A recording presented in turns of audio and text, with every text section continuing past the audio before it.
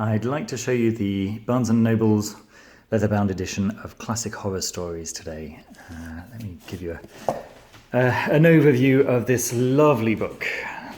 Bring it over to the table and let's see. So it's a rather large book. It clocks in at a little over 770 pages. It's in gloss leather. I'm going to tell you straight away, I love this edition. I really, really love it. Let me show you the front first.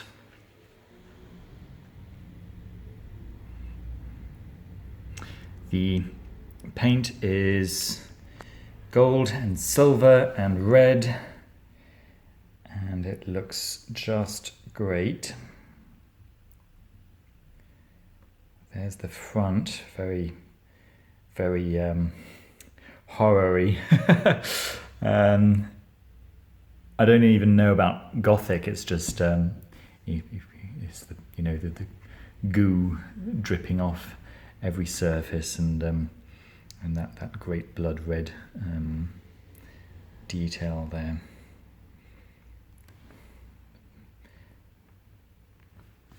Delightfully classically horror bull, if that's a thing.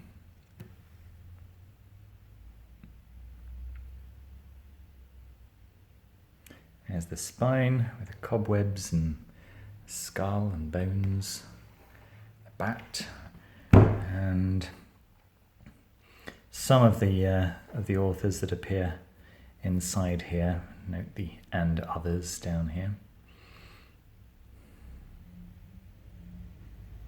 Okay, now let me show you what you get in this edition. Now there are no illustrations in this book. The delight does reside in the stories themselves. It's a real Barnes and Noble edition, unlike the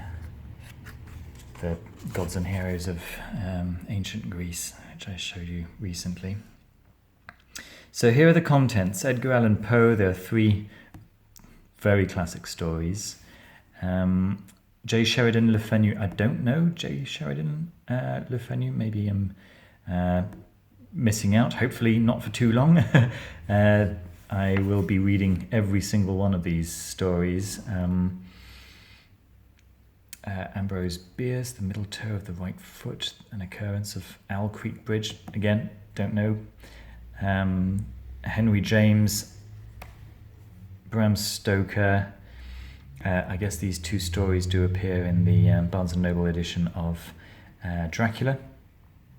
And here is a story that I actually bought this edition for. Guy de Maupassant, Was It a Dream? And The Hauler, which is a story I read when I was a teenager and absolutely loved. I read it in French, and the English translation is great. It's really, really nice. In fact, when I got the Penny Dreadfuls, there was a story in there by Guy de Maupassant called Diary of a Madman, and I thought that that's what that would be, but no. And so when I found out that this was in the classic horror stories, I knew I had to get it. The Body Snatcher by Robert Louis Stevenson, of course. What else do we get? Mary E. Wilkins Freeman.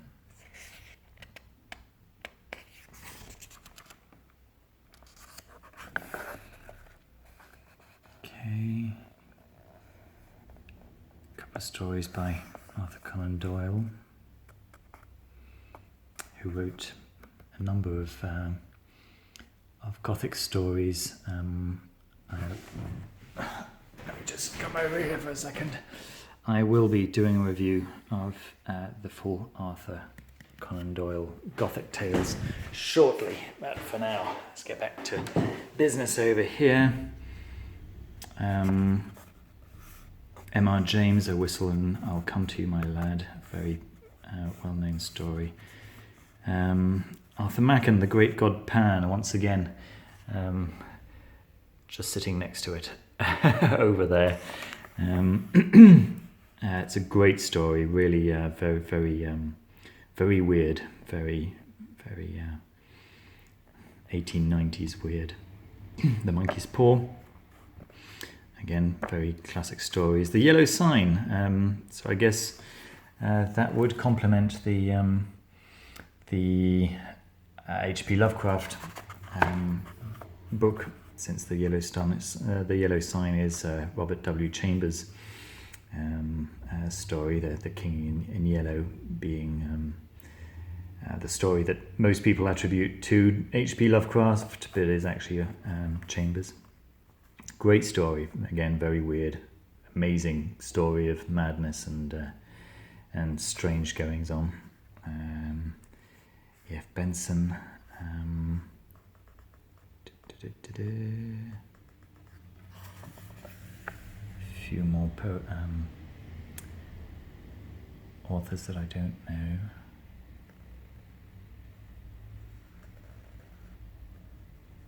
A couple of stories by Lovecraft there. A couple of the most popular ones. So there it is. Again, the font in here is very readable, very nice. A little on the small side, maybe, but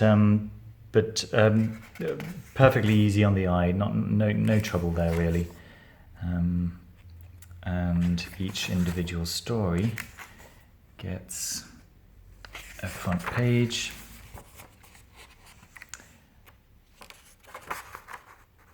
There we go. That's what happens to finish at the end of the page.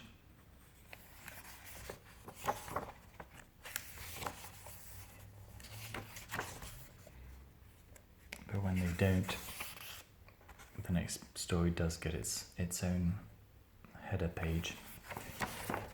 So that's pretty much it. The pages are a nice cream color. They're very soft to the touch.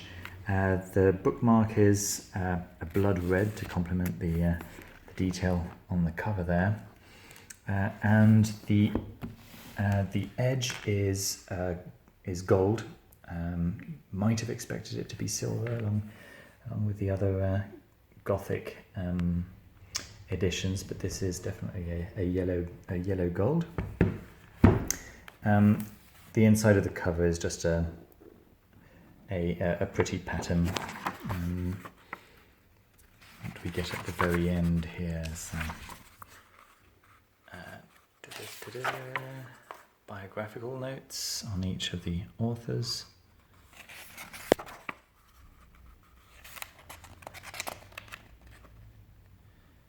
Again, there we go. And then the original sources.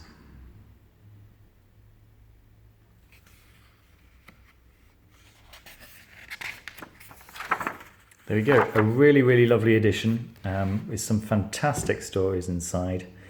I was torn between getting this and the new, I'm not even sure if it's released yet, but it's supposed to be released at some point very soon, if it's not already. It's the Phantom of the Opera and other classic horror stories. I went with this one in the end because of the wonderful selection inside, most of which I wish to read. So there it is, Classic Horror Stories, the Barnes and Noble Leatherbound edition, which I will put back on the shelf later because they're a little bit squished at the moment. So there we are. Thanks for watching. Don't forget to like and subscribe. Bye.